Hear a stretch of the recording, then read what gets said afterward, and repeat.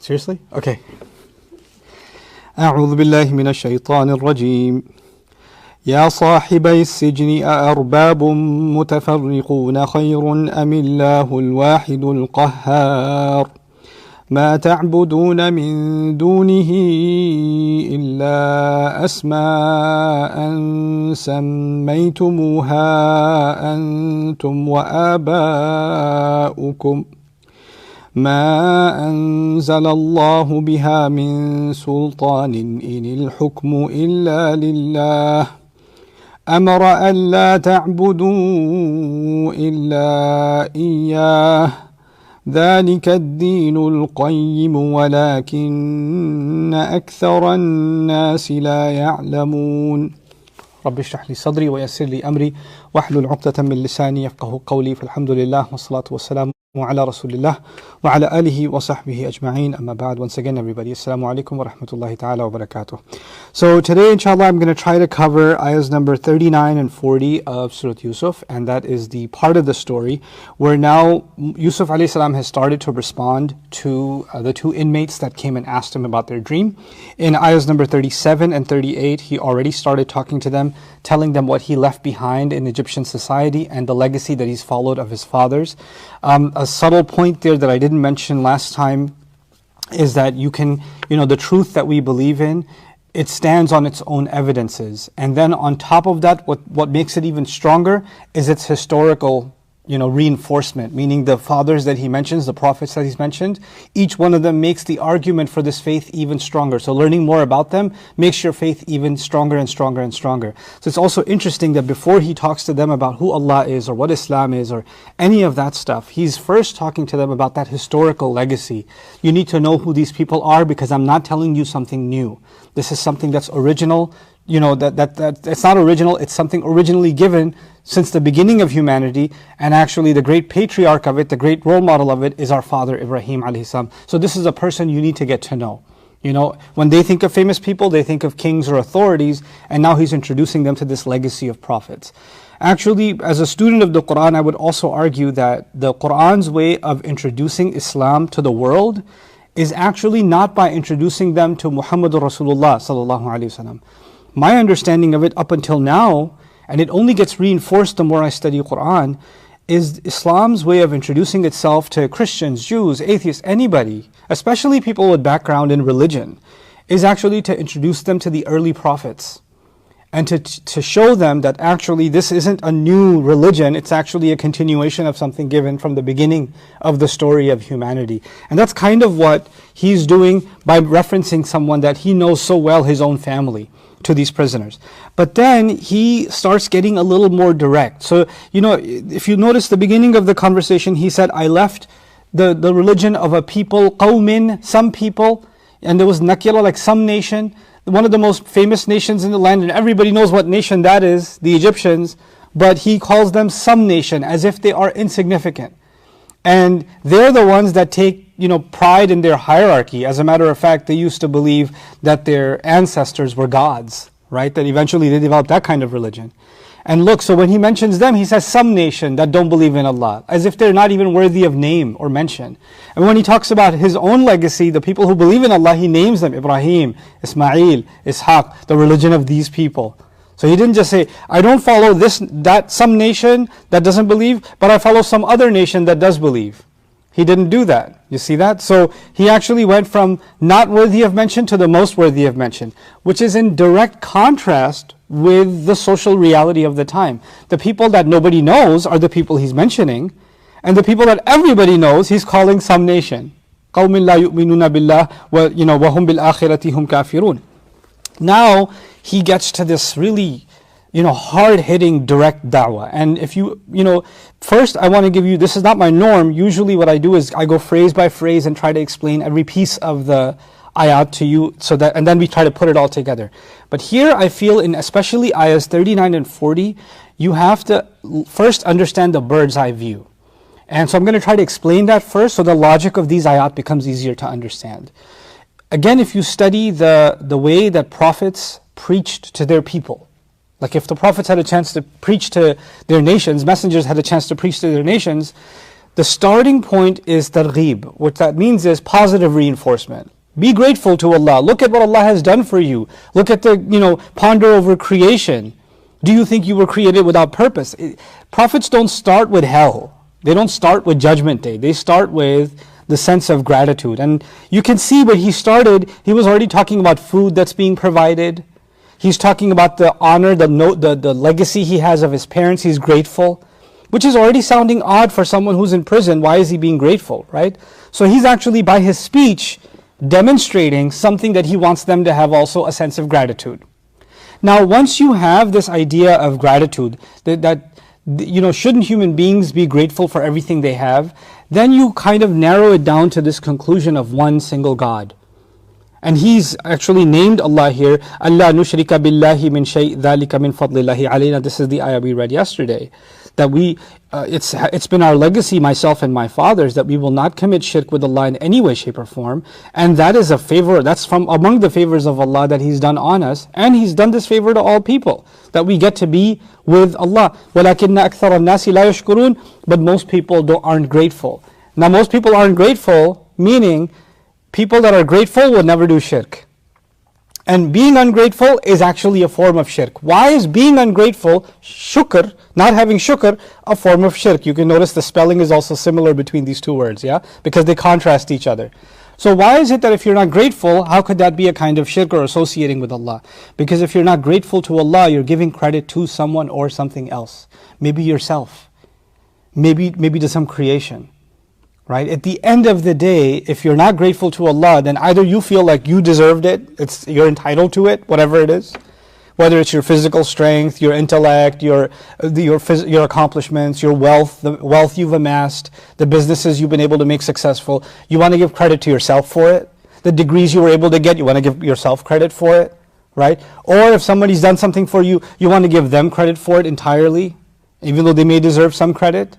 But at the end of it all, even those people, you should be grateful Allah brought them into your life. Right? So for example, I'm really grateful for my teacher who taught me, started teaching me Quran and Arabic. But I'm grateful to Allah Azza wa Jal for bringing me into contact with Him, for making Him part of my rizq. I'm really grateful for the friend who taught me how to pray. But I'm also incredibly grateful to Allah for allowing me to have a friend like that, because I could have had much worse friends. Right? So shukr and shirk are related to each other, because at the end of the day, if we don't acknowledge that everything coming our way is sourced in Allah, then that will become shirk. Then the gratitude will be misplaced in some place or the other. But now, it seems, and again coming back to the way that prophets preach, they make the arguments to people, but then they notice many nations that Allah talks about in the Quran, they worshipped many gods. Yeah, so they worshipped idols, or they worshipped, false gods, etc. Or they worshipped angels. We have all kinds of nations that Allah talks about that worshipped false gods. Yeah, like in the case of Nuh alayhi salam, they even had names of each idol. Waddan, wala suwa'an, wa yaghutha, wa ya'uqa, wa nasra. They're named out. Yeah, so they had holy names to them and said, don't you dare abandon these gods, and they named them. Right? Now, then the conversation shifts from not being grateful to one true God, but then criticizing, how can you believe in multiple gods? There can only be one. You understand? So it's a more confrontational argument, because you're actually questioning somebody else's religious beliefs. They believe in multiple gods, and you're saying actually there can only be one God. What are you saying? I'm wrong? You're saying my parents were wrong? You're saying our entire culture is wrong? You're saying our entire society is wrong? It's offensive. Because calling out somebody's religion, as nice as the prophets are, you have to accept calling to Tawheed, calling to the belief in one Allah and one Allah alone. Him alone is actually offensive to someone who believes in multiple gods, who holds their mythology to be sacred, who holds those books that carry those mythologies in shrines. And you're trashing all of it. Or they have these temples on the tops of mountains, so people have to get really exhausted by the time they get up there, so they figure we should stay here for a while and meditate, right? So when those kinds of temples in such high holy places, now you're saying this idol is worth nothing, it can't do anything. If a fly comes and sits on its nose, it can't remove it. You know, Allah gives this example in the Quran. وَإِن يَسْلُبْهُمُ الذُّبَابُ شَيْئًا لَا يَسْتَنْقِذُوهُ مِنْهُ. If these idols you worship other than Allah, or those who you call on other than Allah, couldn't create a single fly, even if they all got together. And if a fly did come and take something away from them, they wouldn't be able to recover it. لَا يَسْتَنْقِذُوهُ مِنْهُ. They couldn't even try to get it back from it. Right? Now that's really offensive. I want you to understand why that's offensive. You've got this temple, you've got people coming, and they're bowing to this idol or whatever it is, and they don't just bow. To get their wishes answered, they bring some offerings. Right? So they put flowers in front of it, sometimes they put milk or honey or, I don't know, a Kit Kat or Snickers, whatever. They put some, goodies in front of the idol as, offerings to get their wish answered. But if you leave food open like that, what's going to come? Flies are going to come. Now, if other worshippers or a tourist comes and tries to, hey, a Kit Kat, and he tries to get it, they're going to get beat up, because that's sacrilege, right? That's disrespecting the temple. But if a fly comes and sits on the giant statue's nose, looks straight at the statue and says, hey, I like a little bit of Kit Kat, I'm going to take your Kit Kat, you all right with that? And then it goes and sits on the food for a little bit and flies off. Can the god do anything?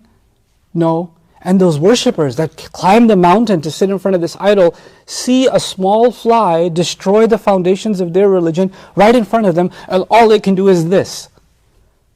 It's a remarkable example. Are you not looking at the flies and what they're doing? Do you not see that? And this almighty, all-powerful creature that you supposedly believe in, this God that you believe in, look at how it's being dismantled by a single fly. And even if you believe that fly has done some blasphemous thing and it must be punished, go ahead and catch it. And once you catch it, get back what it stole, so you can return it to your mighty God. Allah says they couldn't even try to get it. And even if they did, how are they going to get back what it took?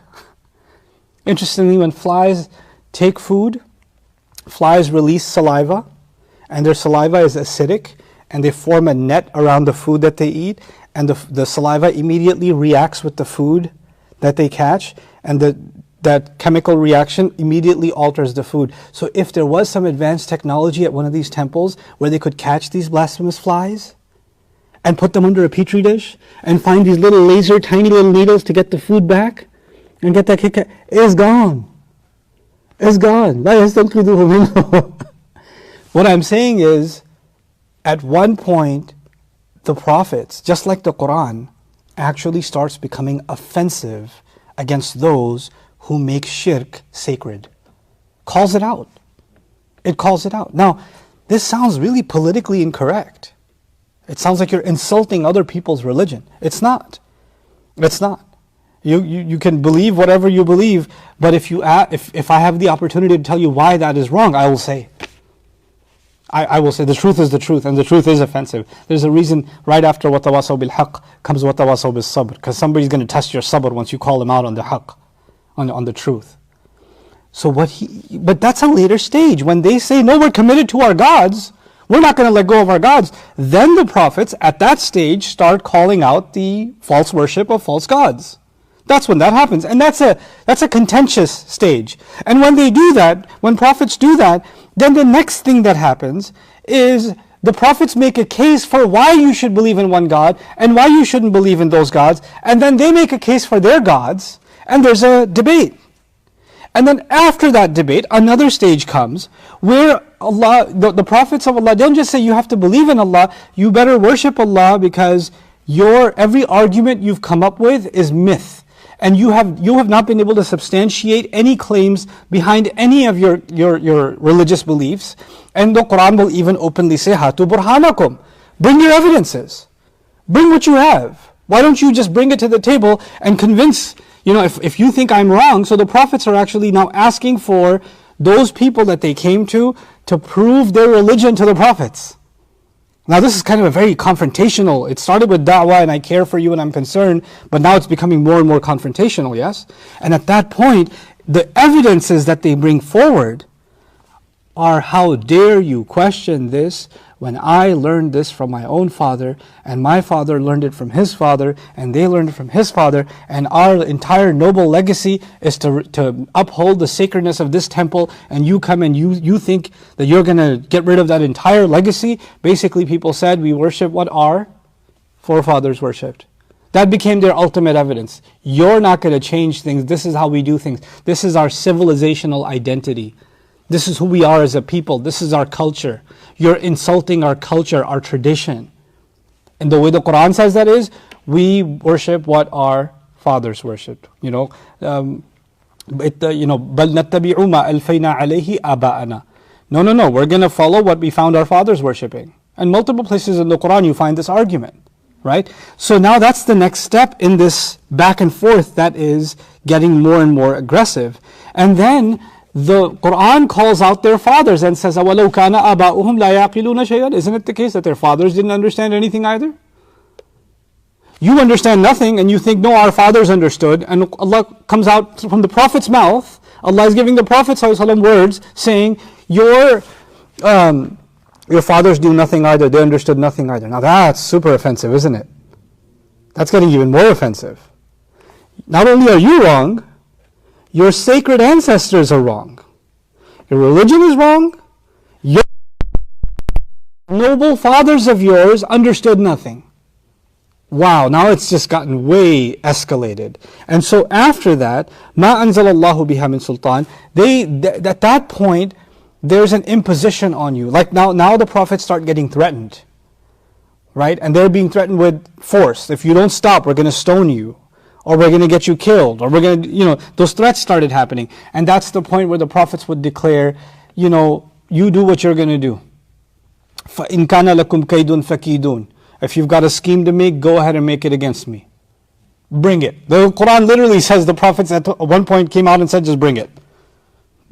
That's what the point got. Why? Because they are claiming authority and power belongs only and only with Allah. You won't be able to do anything to me.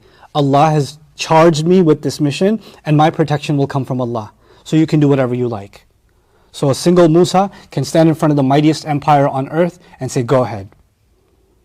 إِنِّي عُذْتُ بِرَبِّي وَرَبِّكُمْ مِنْ كُلِّ مُتَكَبِّرٍ لَا يُؤْمِنُ بِيَوْمِ الْحِسَابِ. I am seeking my protection, my refuge from my master and who's also your master, from any arrogant one that doesn't believe in the day of standing or of accountability. He stands in front of the entire empire. Go ahead. And Allah sends 9 signs that debilitate the mighty Pharaoh's empire, but they can't kill one single man. They just can't do it. They're made helpless. So this is Allah's might and power demonstrated to the people. Then, after all of that, it becomes clear that this is the right religion. Because now you've seen Allah's power demonstrated, right?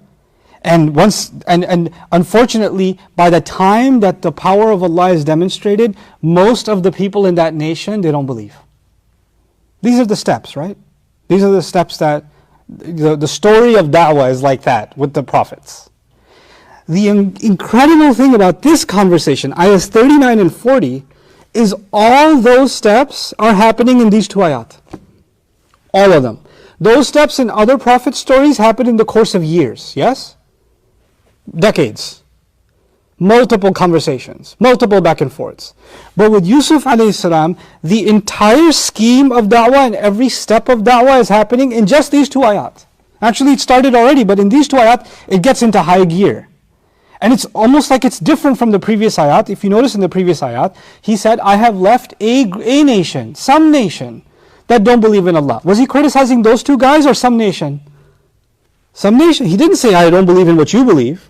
Like the Quran says eventually to the Prophet ﷺ to declare, La a'budu ma ta'budun, I don't worship what you worship. Right? That's not what he said. He said, I left their religion. So he's not calling them out directly, is he? He's being subtle with them. And they're like, their religion's our religion. They could think of that for themselves. But he's not going to go after them directly like that. And then he says, instead of talking about their legacy, he starts talking about his own. My fathers, Ibrahim, Ishaq, Yaqub, and we would never do shirk. And he's hoping when he says we would never do shirk, and that's a favor Allah has done to all people, I'm hoping they start thinking, wait, do we do shirk? Is that what you're trying to say? But he's not saying it directly, is he? But now, notice what happens. Ya sahibay sijn, my 2 companions, my 2 comrades in prison, my 2 prison inmates. Sahib actually means someone who spends a lot of time with somebody else. These guys just came to him And they just said that we just want to talk to you. And now he's befriending them first and says, look, you're like my sahib, you're my companions, both of you, and we're in prison together. أَأَرْبَابٌ مُتَفَرِّقُونَ خَيْرٌ. Are many Rabb, many lords, many masters, are many different kinds of masters better? Amillah or Allah? Before I go further, are different kinds of gods better or Allah? And he's not talking about other people now. Who's he talking to? Now he's getting direct. Now he's getting direct. But the words he used are really interesting. Arbab. Let's deal with the word arbab first. Arbab is the plural of the word Rabb. Rabb in this surah clearly has been used for Allah. Rabb in this surah has clearly been used for slave owners also. Kings also. Kings can also be a Rabb. They can be a Rabb. Actually later on, they're going to go talk to their Rabb about Yusuf alayhi salam. Okay, so the word Rabb can be used in that way, and it's used in Arabic that way too. Rabbul Bayt, for example. Okay. So, and mutafarriquna is the human plural. And the human plural can mean, are multiple slave masters better or Allah? Now that's an interesting comparison, because you could have even Yusuf alayhi salam had a master earlier on, the Aziz, right? But he had the Aziz and he also had Allah. But now he's saying, are different arbab better or is Allah better? He understands, Yusuf is clarifying something. You can have a human master above you that has authority over you, power above you, the power to kill you, the power to pay you, the power to feed you. But understand that above him is someone even higher. Even that Rabb has a Rabb. And that's Allah. Yeah? He's also saying that the words he didn't say is many gods. One mutafarriqun, Alusi says one way you can understand multiple gods is, more than one master. More than one master. But it can also mean more than one God. But let's think about more than one human master. And in modern language, we wouldn't even say master, we'd say more than one boss. Yeah? If you have more than one boss, how's your life? How's life go when you have more than one authority over you? Hey, I need you to do this in 5 minutes. Another one comes, I need you to do this in 3 minutes. No, what are you doing? Do this. No, what are you doing? Do that. You're going to lose your mind and eventually say, I can't deal with this. I need a single chain of command. I can't be getting instructions from multiple bosses. Now, what happens sometimes when children have different instructions coming, one from the father, one from the mother, the children will either lose their mind or make their parents lose their mind because they'll use the parents against each other. Well, mom said don't do this. Dad said do that. Why don't you talk to dad about it? And now the mom and dad are going at it while you go free. The point is, if you have multiple bosses, each of them is exerting their authority on you, yes? But that means not any one of them has full authority on you. Because if one of them tries to exert full authority on you, you can say, actually, I can't do that because I have the other boss telling me to do something else. The other master is telling me to do something else, so I can only give you 50%, because I got to go give the other one 50%. And now if you have 3 bosses, 4 bosses, 5 bosses, you got to divide it up, right? So no one of them has full authority over you. But also, no one of them is ever pleased with you. Because no one of them gets your 100%, right? So every one of them is like, you don't do anything. It's ridiculous. Because when you're doing something for someone else, you're not doing something for them. So they're constantly displeased with you. So, and these prisoners know that, because they know, for example, it happens in corporate structures, it happened in ancient society, it happens everywhere. There's you have a teacher, and above the teacher you have the headmaster, right, or the department head. So the English teacher, then you've got the head of the English department, and above the head of the English department you've got the dean of the school, and above the dean you got the principal, right? But the teacher has 3 bosses. 3 layers of bosses. He's got the head of the department, he's got the dean, and he's got the principal. So one day the principal tells him to do something, and he does it, but his department head said, I told you to do something else. No, but I got that from the principal. Why are you talking directly to the principal? You have to go through me. Right? Chain of command, right? He's like, what do you want me to do? He came to me and talked to me. I don't know what else to do. And now there's conflict, and someone's unhappy. And if you don't do what the principal said, why didn't you do it? My department heads told me to do something else. Well, I'm the principal. I'm his boss. I'm her boss. And you get stuck in the middle of that confusion. So you're constantly in trouble with somebody. That's one way of looking at it. So he says, Do you really want to live a life where you answer to so many multiple masters? But the thing is, for many of these people, they only had one master. One household was their master. So how would this apply to them? This is actually Allah not just talking about, through the tongue of Yusuf alayhi salam, not just talking about multiple bosses or multiple slave masters. He's talking about multiple forces that have influence on us. Do you really want, culture has its own influence on us. Family has its own influence on us. Our own greed has its own influence on us. Our personal needs have our own influence on us. We have lots of influences on us, each of them acting like they are the most important. And you submit to the call of one and you compromise the others. They're all upset. And you submit to the call of the others are upset. Imagine somebody who's really wants to make their boss happy, yeah? So they just overtime every day. When the guy is at overtime every day, who's unhappy with him? His family. Yeah, no, my family's boss. I need to take care of my family. Now he's showing up to work late every day. He's leaving early every day because he wants to prioritize his family. Now who's unhappy? The boss is unhappy. Right? So you cannot please all of them. And every time you try to please one of them or surrender yourself to one of them, you end up compromising other important parts of yourself. You end up losing balance. There is no balance because you're constantly letting something take full authority. And he says, I can free you from these multiple chains and you don't know how to balance them if you just understand that above all of these arbab, there's only one, and that is Allah. And once you understand that Allah is the ultimate authority, then all of these you will be able to balance. And if none of them are happy with you, you're still okay because Allah is happy with you. And there's a famous saying in Arabic, رِضَى النَّاسِ غَايَةٌ لَا تُدْرَكْ.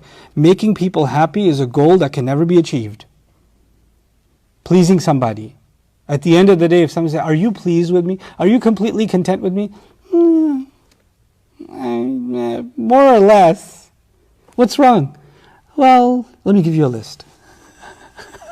I've written it out. It could be between spouses, parents, children, siblings.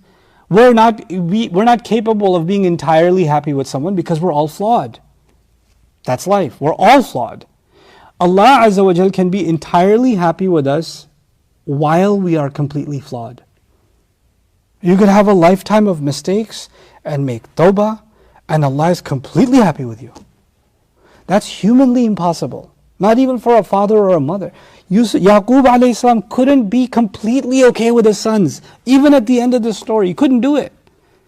When they said, can you make dua for us? Ask Allah to forgive. He said, I will, eventually. I can't get myself to do it right now. Too scarred. Too hurt. The thing with different gods is different powers that you're looking to please, not realizing not one of them will ever be what? Pleased with you. And the other meaning of Rabb is someone who nurtures you. But if the boss can only nurture you financially, and a family can nurture you maybe emotionally, right? Friends can maybe nurture you by easing your mind or something like that, giving you just some time to relax.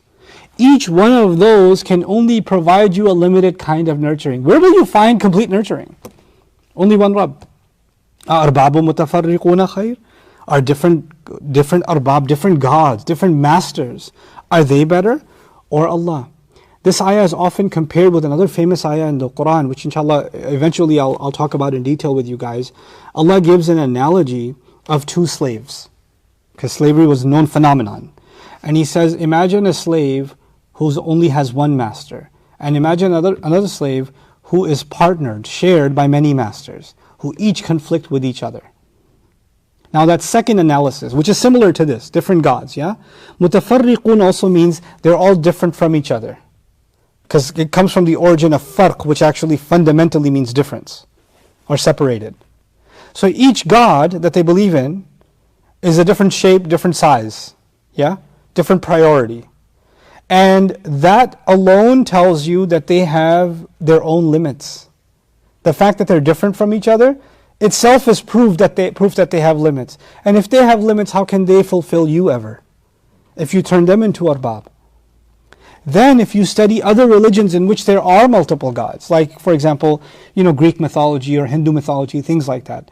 In those religions you'll find the gods are always at war with each other. Whether it's Norse mythology or Greek mythology or anything else, this god of war is against the god of, light, or god of this or god of that, and they're all odds against or they're killing each other. That's what they're doing. And this idea, Arbab Mutafarriqun, is suggesting that you are in the middle. If you take any worldview other than believing in Allah alone, you are going to end up with, even if it's not mythology, even if it's different kinds of gods. There are other gods now. We don't, most people that are modernized, most people that are now, university graduates or, exposed to modern media, the social media and the internet and the information age like never before, they're exposed to ideas they never thought possible, right? And in this time, this day and age, you don't have to worship idols, you can worship isms. You can think of any ism as the absolute truth that must be followed. Somebody could become a hardline communist. They believe in communism or humanism or pluralism or feminism or you name the ism. And that ism is the ultimate truth. That ism is what humanity must strive for. That ism is what must be served. They are now gods. And they're all at odds with each other. All of those isms are fighting with each other. And he says, are different arbab that are at odds against each other better, or Allah? But he didn't just say Allah, because they don't know who Allah is, right? But the one thing they do know is, you're saying we should abandon many and follow only one. And the next name of Allah is Allah al-Wahid, or Allah al-Wahid, Allah the One. Allah the One. Now here's the problem with one. Some of the mushrikun, Shaykh Suhaib was telling me today, some of the mushrikun had come to the Prophet ﷺ and said, you only believe in one God? We've got many. Our many can take on that one. He could beat that one. Because in their mind, they're thinking of gods the way we think of people. You only got one backup, I got 20. My 20 can take on your one. You got no chance against my 20. So when the word one is almost synonymous with alone, and alone is associated with weak, vulnerable, exposed, no support, army of one. And they say, oh, you're gonna stand up to me? You and what army? Right? The point is, when you're alone, you're weak. You have no backup. So the idea of Allah being one can be seen as a problem for those who believe in multiple gods. Because I can go to this God for wealth, and that God for health, and this God for money, and this God for power, and that God for love. Or I can go to different gods for different things. You got just one God for everything? He must be exhausted. Right? He must be overwhelmed. He must be overwhelmed because he's got to take care of everything. At least we have different department gods. Right? So I can go to this God for this problem, that God for that problem. And that makes sense from their worldview, right? But notice what Allah says. And by the way, every time in the Quran, 6 times, Al-Wahid, which means what? One. Whenever that name occurs in the Quran, it occurs 6 times, it comes paired with another name of Allah every time, and that is to say these two names can never be separated from each other. What is that other name? It's Al-Wahidu Al-Qahhar. Al-Qahhar. Al-Qahhar means the overwhelming one. Not the one who is overwhelmed because he is one, but he is the only one that overwhelms all. Isn't that incredible? And by the way, those gods that are all at odds with each other and they have different powers or different things you go to them for, different masters of different things, here's one ilah that overwhelms all of them in everything they can offer. And if all of them stood united to stand against him and to be at war with him, then he could overwhelm all of them because they are nothing but myth anyway. So it's such a powerful combination of names. The one, the overwhelming. Because in creation, when someone is just one, they are overwhelmed. It's the opposite. They're maqhur. They're easily overcome. When a species only has one left, they're going extinct. Right? They're on the verge of collapse. They're done for. You know the word qahara in Arabic actually comes from when you take meat and you roast it to the point that all of its juices have evaporated and it's completely well done meat. like it's been burnt to the almost crisp before you let it go, that's قُهِرَ اللَّحْمِ. That's قُهِرَ. And from it came the idea of someone who overpowers their enemy, where they drain all their energy out and they got nothing left. That when someone has the power to do that to their enemy, they're called qahir. The Pharaoh used that word for himself when he said about himself, "Inna fawqahum qahirun." We're going to be qahir over these Israelites. We're going to drain them of every bit of energy they have. We're going to overwhelm them completely, overpower them completely. You know? And so Allah uses that name for Al-Qahhar, the one who dominates over and over and over again, the one who overwhelms over and over and over again. And so on the one hand, you've got these multiple gods that are each of them getting overwhelmed by the other. They're even getting overwhelmed by the other. And here you have one that overshadows all, overwhelms all. Al-Wahid Al-Qahhar. It's this powerful name of Allah used in this ayah. And this is how He's introducing Allah to them. After talking about we should be grateful to Allah, that's the positive side, right? But you better not mess with Allah because He's Al-Wahid Al-Qahhar. Now it's kind of switching over to what? Warning. It's going from positive to negative reinforcement. You better believe in Allah. Now the question I had to myself, if other prophets took years to deliver this message, to give it little by little by little, and develop this notion, why is Yusuf ﷺ dropping all of it in one shot, in one conversation? Because they told him a dream. And in that dream, he knows that for one of them, he's going to be dead in a couple of days. The Bible says 3 days. We don't know exactly, but soon. It's happening. And the other one is going to get released, and he's going to go back to his old job with a king. Which means, basically, this is the last opportunity for either of them to receive any da'wah to Islam. He knows that, yes? Because he heard the dream.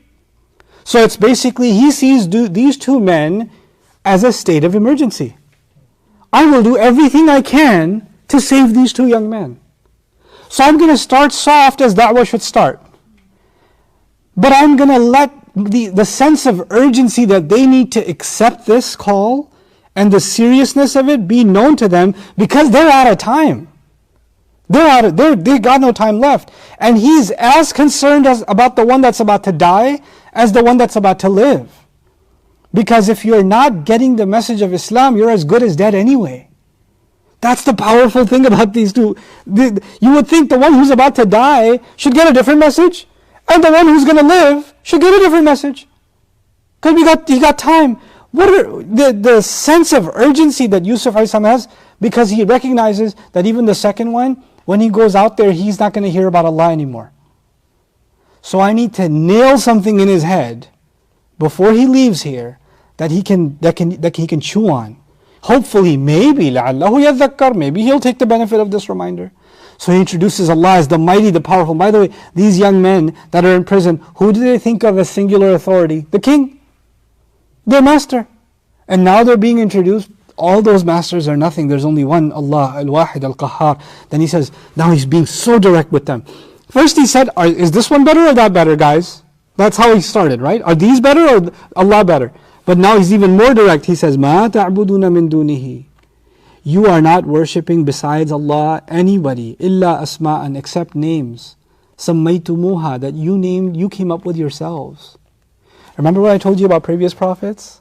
How they used to come after the false religions? He doesn't have time for them to argue about their religions and their mythologies. Before you tell me what you believe, let me just tell you what your beliefs are. Nothing but names that you made up yourselves. And before you can say, no, we didn't make them up ourselves. We learned that from our father who learned this from his. He says, Antum wa aba'ukum, the names you made up yourselves, y'all and your fathers. So before you even get to argue about why you believe what you believe, I know what you're going to say. I know the arguments that are made. My father Ibrahim was given these arguments by his father when he wanted to hold on to shirk. I learned these arguments already, so I know what you're going to say, and I'm going to preemptively strike and take that out of the equation and tell you and your fathers. It's all made up names. You know, it's interesting. Funny enough, this is a Sheikh Suhaib thing, but I thought it was epic and cute. The word asma is the plural of ism, yeah? And the new gods are all isms, like capitalism, communism, humanism, pluralism, atheism, all these asma these isms literally, that you've just named, and you've taken them as absolute truths. You and your ancestors, antum wa aba'ukum. So he says, first of all, he takes away the legitimacy of your religions because they're ancient. The fact that they're ancient has nothing to do with them being legitimate. So don't even bring that argument to me. I'm looking out for you. What you have been worshipping are nothing but mythologies that you came up with yourselves. You and your ancestors. By the way, this is exactly the claim they want to make about Islam. In Western studies of Islam, in Orientalist studies, they want to look at Islam as an interesting phenomenon of mythologies that was developed by borrowing from different cultures and traditions. It's pretty interesting, fun lie against our religion. Asatirul awwalin, legends of ancient times, right? And here the Quran is saying, actually, we reject any claim of anybody who follows a religion that's based on just mythologies. If the Quran itself is mythologies and just stories, why would it stake its entire claim that such a thought process is false to begin with? It would be invalidating itself.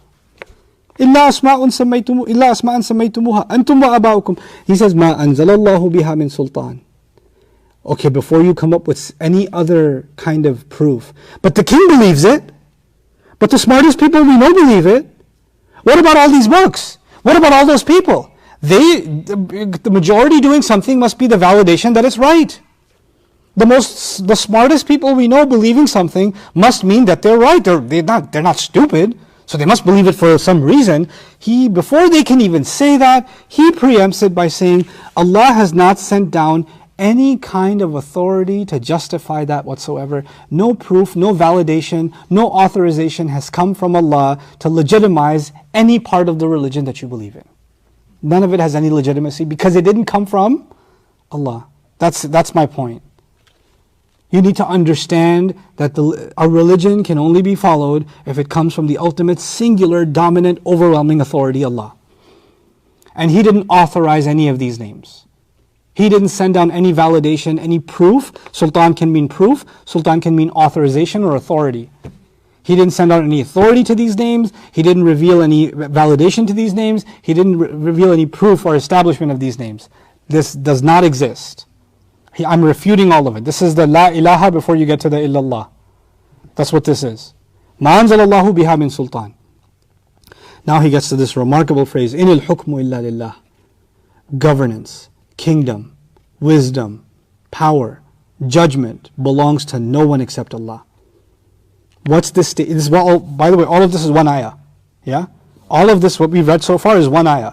My two fellow prisoners are multiple arbab better than Allah, the dominant. That's one ayah. Then the next one. You worship, the ones you worship other than Him are nothing except names that you've made up. You and your ancestors. Allah has not sent down any authority to validate them whatsoever. The governance belongs to none but Allah at all. Still one statement. Rule belongs to none but Allah. What is this? This ayah is not about government. This part of the ayah is about what you can use to legitimately say that this is true religion. The only one who has the right to speak on behalf of the religion of Allah is Allah. Allah speaks for Himself. No one has that power. No, unless Allah gives that authority to a prophet to speak on his behalf. Then he can speak on his behalf. But no one gets to say what the religion is and what it isn't, because that power and that governance and that rule, that verdict belongs to none other than Allah. Now people use this ayah to say this is an ayah that proves that government should only belong to Allah, meaning all governments should be Islamic, right? Which is Islam's relationship with politics. As big as that subject is, and it will be dealt with inshallah when one day we deal with Surah Yusuf, Surah At-Tawbah, Surah As-Saf. There are other surahs where Islam and governance are talked about in detail. But people use this ayah. See, Allah says governance or rule belongs to none other than Allah. It's in the Quran. But then you ask a follow-up question. Where is it in the Quran? It's in An'am and it's in Surah Yusuf. Oh, Surah Yusuf. Who said it? Who's saying it? Yusuf alayhi salam saying it? Okay. Where is he saying it? In prison. When he comes out of prison, where's he going to go? He's going to go work under the king? And he's going to be a minister? Is the king a Muslim? Is the king a believer? No. Is the government believers? No. As a matter of fact, later on in the Quran, we learn that he died making da'wah to them. He kept warning them, and he died making da'wah to them. حَتَّى إِذَا هَلَكَ قُلْتُمْ لَنْ يَبْعَثَ اللَّهُ مِنْ بَعْدِهِ رَسُولًا. Until the time he died, and you people said, Allah will not send a messenger after him. Because you didn't accept his call. If he believes government should only belong to Muslims, Yusuf alayhi salam, how can he say that and work in a government of non-Muslims? Wait, he's the one who said it, right? It's this surah. It's not some other surah. Then people say, well, no. Yusuf alayhi salam worked under a non-Muslim government, but that's not our sharia, that's the sharia of Yusuf alayhi salam. It's haram for any Muslim to work under a Muslim government, etc., etc. Okay, so this part of his statement is our sharia, but that part of his career is not our sharia. So we'll take this, but that's mansukh. The point, I'm not trying to legitimize working for a non-Muslim government, but I want you to understand something. When you want to draw evidence to make a claim, you better be clear cut. You want to make evidences about Islam's relationship with politics, there are plenty of evidences you can use. Use them.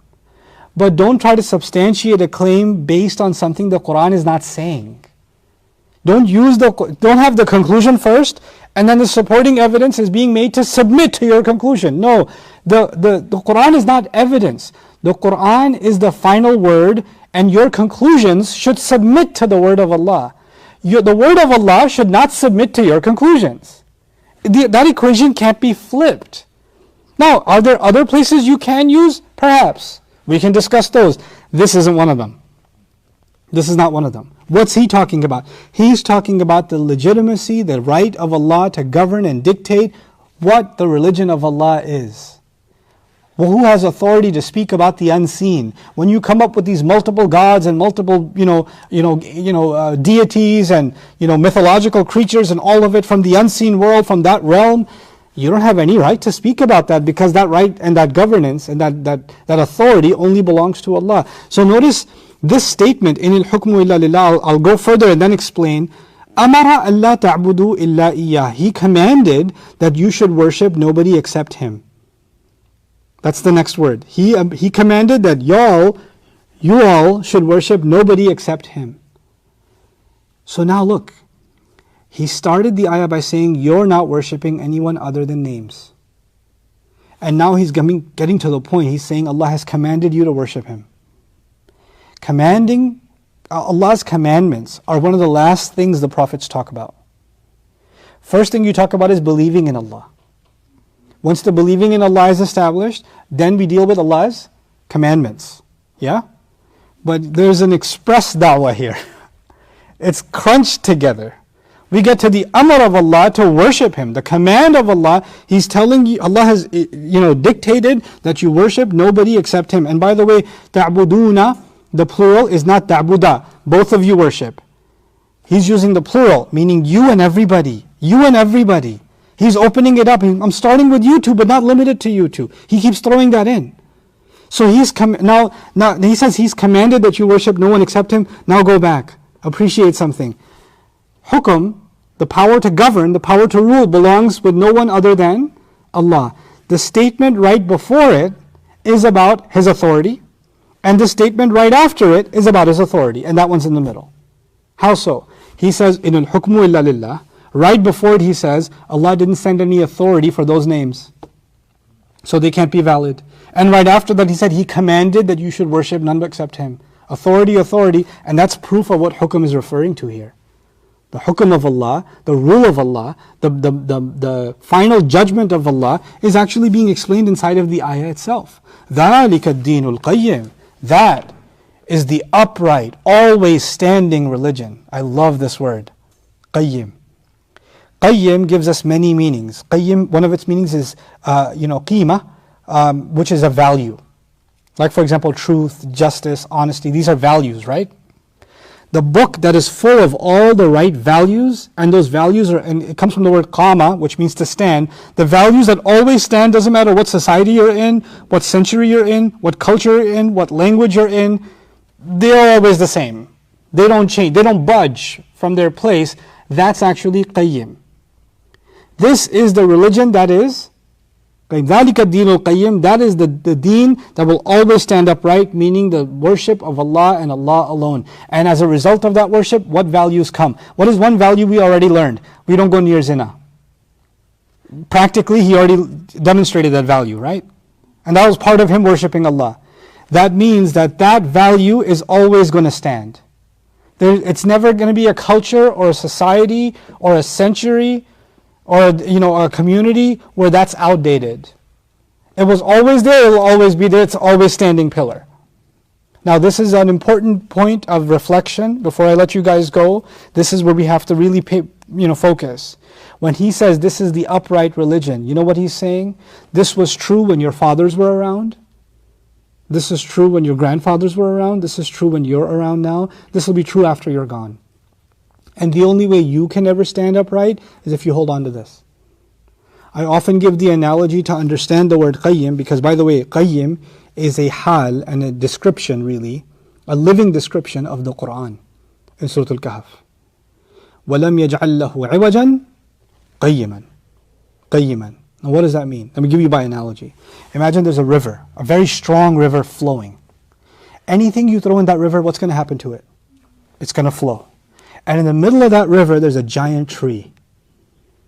And that tree is standing tall. And rocks are passing by. Boats are passing by. If somebody accidentally falls into that river, they're passing by. Logs of wood are passing by. But this tree for centuries is standing in place. Deeply rooted. Doesn't matter how strong the waves are, it stands its ground. Yes? Take another analogy. There's a tree like that in the middle of a field. The wind sometimes blows this way, sometimes blows that way. Rocks, dust, anything goes this way, that way, the other way. One thing that doesn't move from its place is what? The tree asluha thabitun, its roots are deep, far'uha fis sama, its branches go into the sky. Now, if you are caught in that river and you don't want to drown, what's your only hope? You better hold on to this tree. You better not let go. You let go, you're going to get flown down the river. By the way, as you flow down the river, with every passing moment, are you in a new place? Isn't that the case? But if you're holding on to that tree, doesn't matter who passes by, you're still in the same place. The people who follow the religion of Ibrahim alayhi salam, whether they live in 2020 or the year 20 or 4,000 years ago, 5,000 years ago, they're still exactly in the same place. And the people who don't hold on to this deen, you know what happens to them? 20 years ago, something was completely politically incorrect. It was wrong. It was unacceptable 30, 40 years ago. Then 10 years ago, it was not so bad. Then 20 years ago, it became kind of okay. Then 10 years ago, it became the new right thing to do. Now, it's you better accept it as glorious. You better accept it as the right thing. And we have a right to do this wrong thing. Morality, you're in a new place. Every decade, you're in a new place.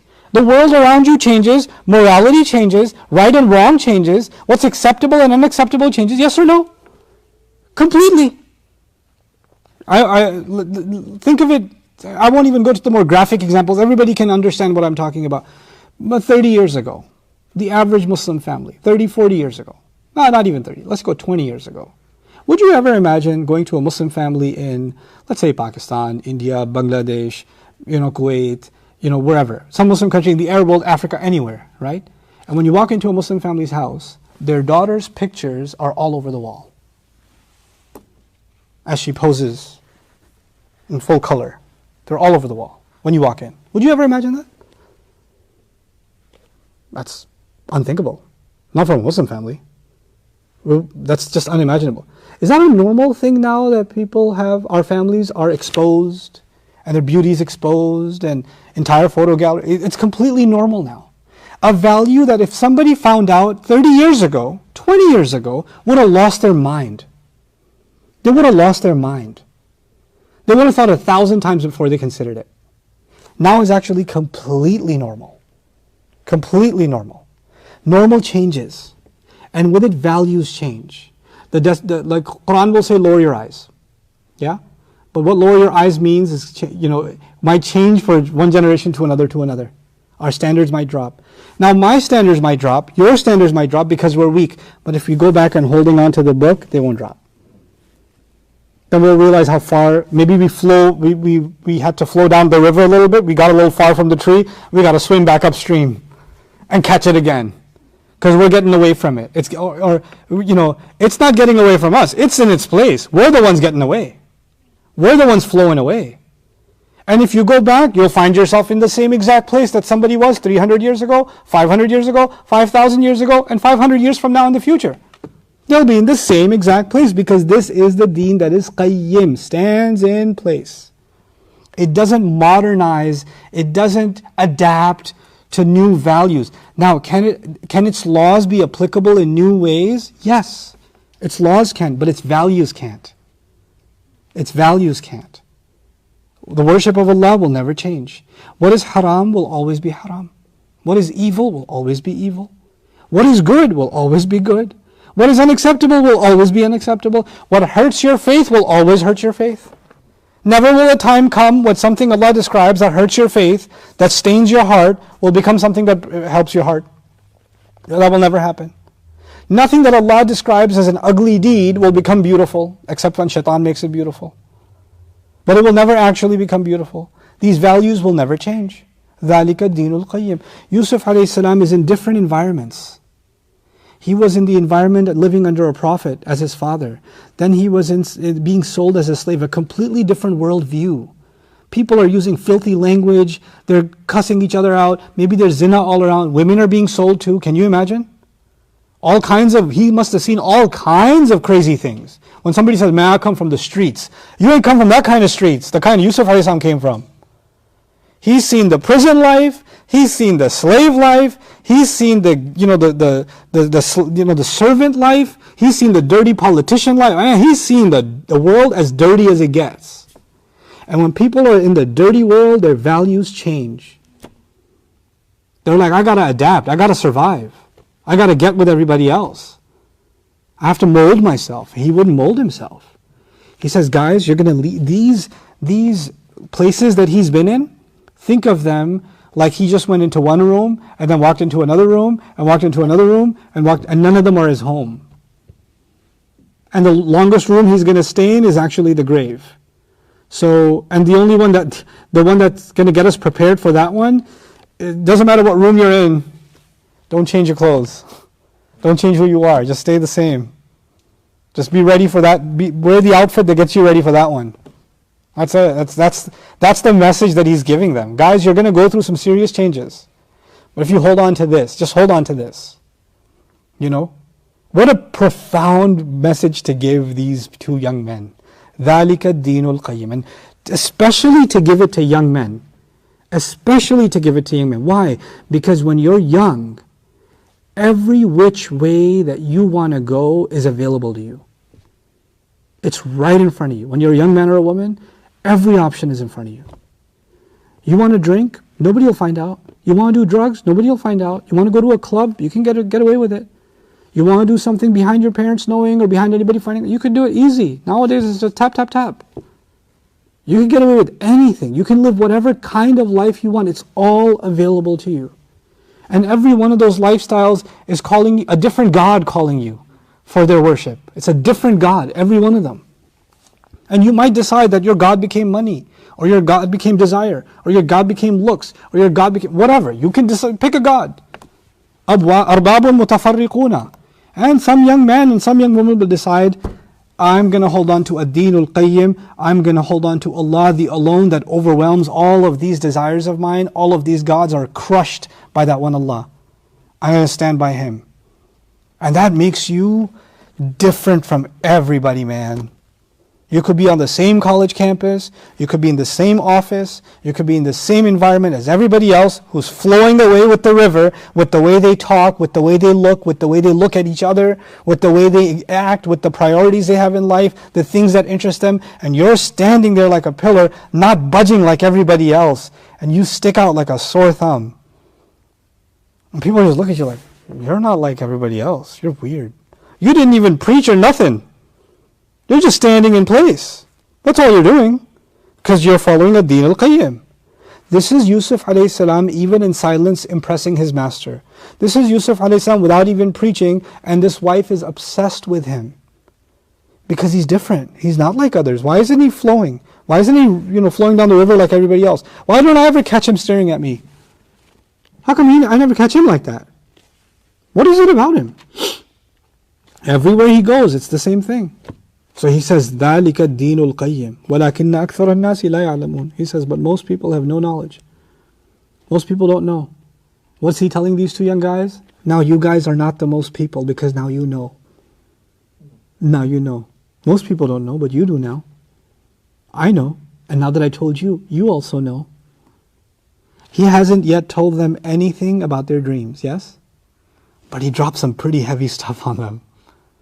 Some life-altering stuff. Here they were thinking, man, I can't stop thinking about this dream. I don't know what it means. I'm stressed out about it. Could you tell us what it means? Yeah, because you're worried about your life, right? I am too. I'm worried about your life too. So he just, now, let's put a timer on it, okay? Let me start my timer. I don't know how to do this timer thing. God, this is hard. This is why you don't, okay. Anyway. Oh, there's a timer right there. Okay. I'm going to recite these ayat. قال لا يأتيكما طعام ترزقانه إلا نبأتكما بتأويله قبل أن يأتيكما ذلكما مما علمني ربي إني تركت ملة قوم لا يؤمنون بالله وهم بالآخرة هم كافرون واتبعت ملة آبائي إبراهيم وإسحاق ويعقوب ما كان لنا أن نشرك بالله من شيء ذلك من فضل الله علينا وعلى الناس ولكن أكثر الناس لا يشكرون يا صاحبي السجن أأرباب متفرقون خير أم الله الواحد القهار ما تعبدون من دونه إلا أسماء سميتموها أنتم وآباؤكم ما أنزل الله بها من سلطان إن الحكم إلا لله أمر ألا تعبدوا إلا إياه ذلك الدين القيم ولكن أكثر الناس لا يعلمون. It's 50 seconds. His entire message, under a minute. It's done. That's all you have to say. Now he's going to tell, and then what I discussed with you tomorrow, he's going to tell them about the dream and what it meant. But in that 1 minute, can someone's world view entirely change? Can someone, what they think about, what their life means, what they're worried about, what their fears are? Can they not be overwhelmed by any other Rabb anymore? They can only be overwhelmed by one, Al-Wahid Al-Qahhar. Subhanallah. And that before he scared them of Allah, he told them of the favor of Allah on them. Most people aren't grateful. And most people don't even know. Most people don't know the seriousness of this. And most people aren't grateful for what Allah is doing for them. But you have a chance, guys. You have a chance. But anyway, about your dream. And that's what he's going to come to in the next ayah. Barakallahu li wa lakum fil Qur'an al-Hakim. ونفعني وإياكم بالآيات والذكر الحكيم والسلام عليكم ورحمة الله تعالى وبركاته. Somebody hit the button.